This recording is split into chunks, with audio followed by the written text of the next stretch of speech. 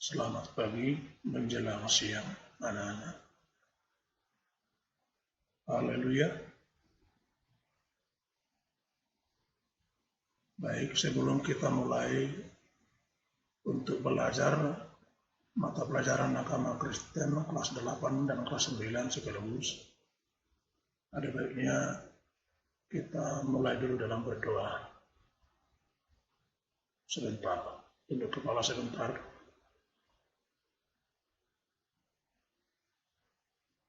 Amin. Baik.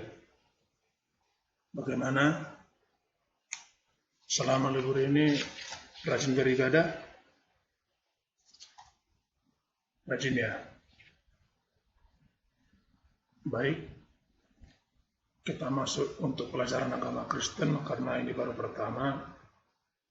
Kita sudah ketinggalan. Langsung saja kita masuk ke materinya untuk pelajaran kelas 8 terlebih dahulu. Materinya dari bab pertama, yaitu tentang hidup beriman. Materinya iman dan percaya. Kemudian memelihara iman, belajar dari tokoh Alkitab, ciri-ciri orang yang memelihara iman.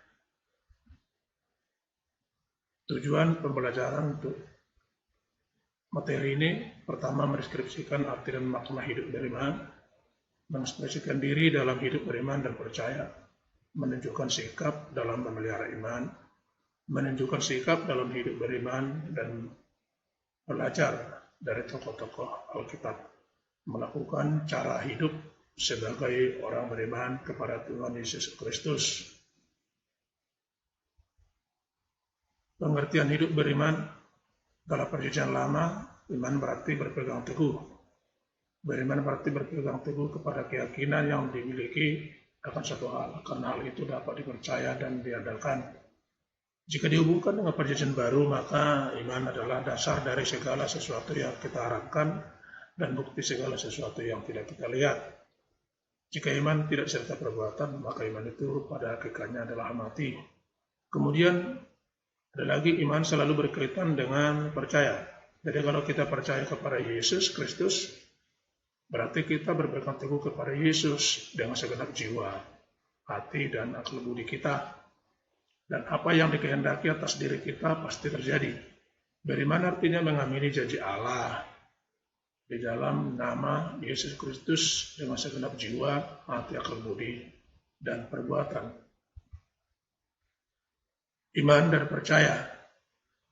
Menurut Niprik dan Nolan, aspek iman tidak dapat dipisahkan dari percaya.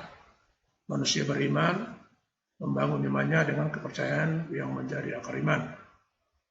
Alkitab mengatakan bahwa tetapi tanpa iman tidak mungkin orang berkenan kepada Allah.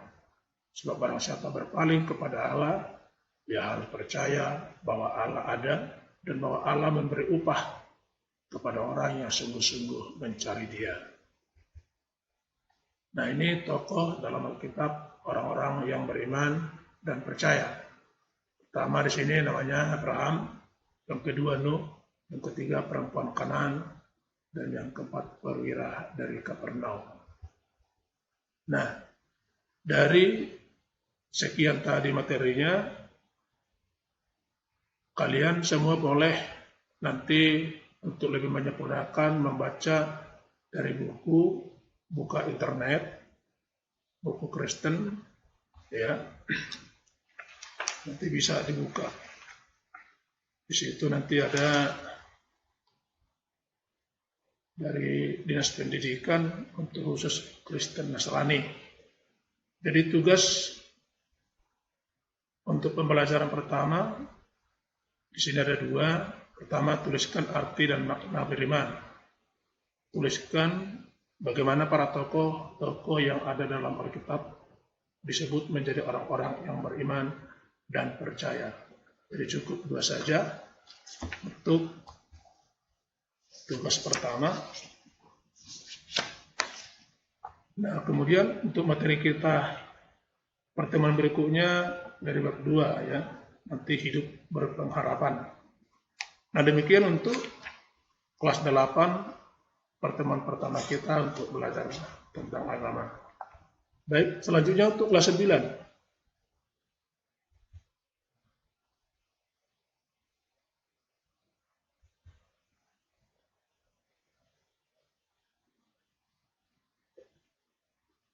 Agama Kristen kelas 9, semester ganjil. Dan juga tetap berdoa ya.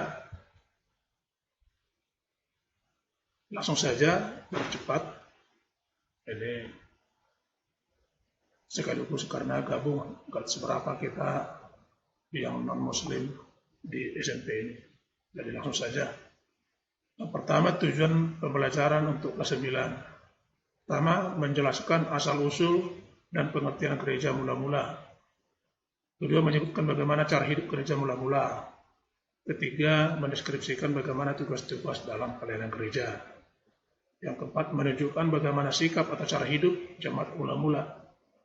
Dan yang terakhir, menunjukkan bagaimana cara pelayanan seperti yang dilakukan para rasul. Nah, ini untuk bab pertama. Di sini kehadiran gereja mula-mula. Materinya pertama, asal-usul lahirnya gereja. Yang kedua, pengertian istilah gereja. Yang ketiga, jemaat mula-mula. Dalam jemaat mula-mula itu ada bagaimana cara hidup jemaat mula-mula. Yang kedua, pembagian tugas pelayanan. Terus yang keempat, perkembangan gereja mula-mula. Dalam perkembangan itu termasuk pelayanan para rasul dan penderitaan dan penganiayaan. Nah, seterusnya, kapan gereja mulai berdiri? Nah, di sini boleh dilihat, boleh dibaca dilengkapi, nanti buka juga dari buku.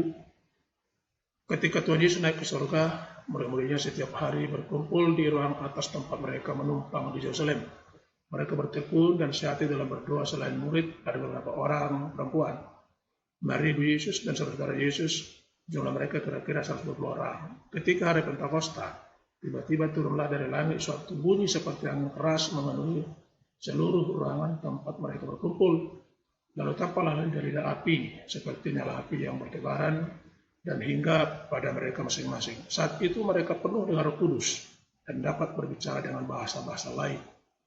Banyak orang berkumpul karena mendengar suara seperti angin keras itu, dan tercengang mendengar para rasul berbicara dalam bahasa mereka.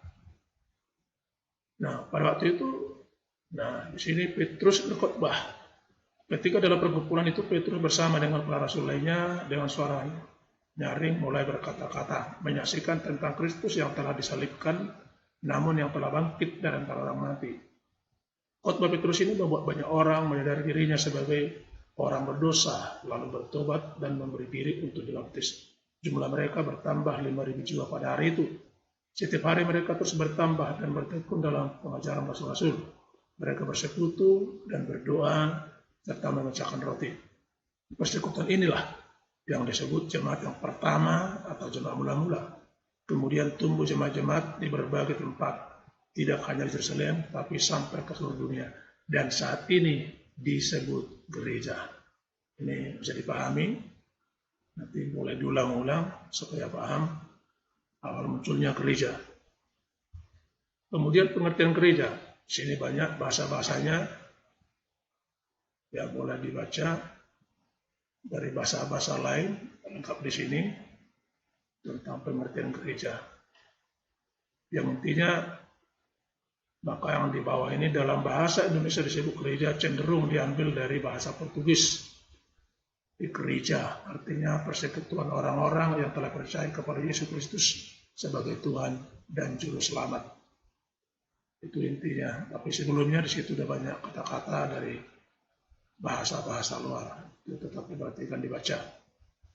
Selanjutnya, jadi gereja adalah kesimpulannya persekutuan orang percaya yang telah dipanggil keluar dari kegelapan atau dosa untuk tinggal di dalam terang yang ajaib, yaitu Kristus sebagai milik kepunyaan Allah yang hidup untuk memberitakan Injil. Jadi inilah menjadi kesimpulan arti gereja. Nah, demikian untuk pelajaran agama khusus untuk kelas 8 dan kelas 9. Oleh karena itu di sini ada tugas pembelajaran pertama kita. 1. Tuliskan bagaimana asal-usul munculnya gereja. Yang kedua, tuliskan pengertian gereja. Ini dikirimkan, langsung masukkan, di-upload ke Google Form, nanti akan dikirimkan linknya. Baik, untuk minggu depan, pertemuan yang kedua, kita akan masuk di bab yang kedua, yaitu kehadiran Allah dalam pertumbuhan gereja. Jadi semuanya tugasnya dikerjakan, jangan ada yang tidak mengerjakan tugas. Itu yang bisa kita pelajari hari ini. Selamat bertemu kembali pada hari Kamis depan. Haleluya.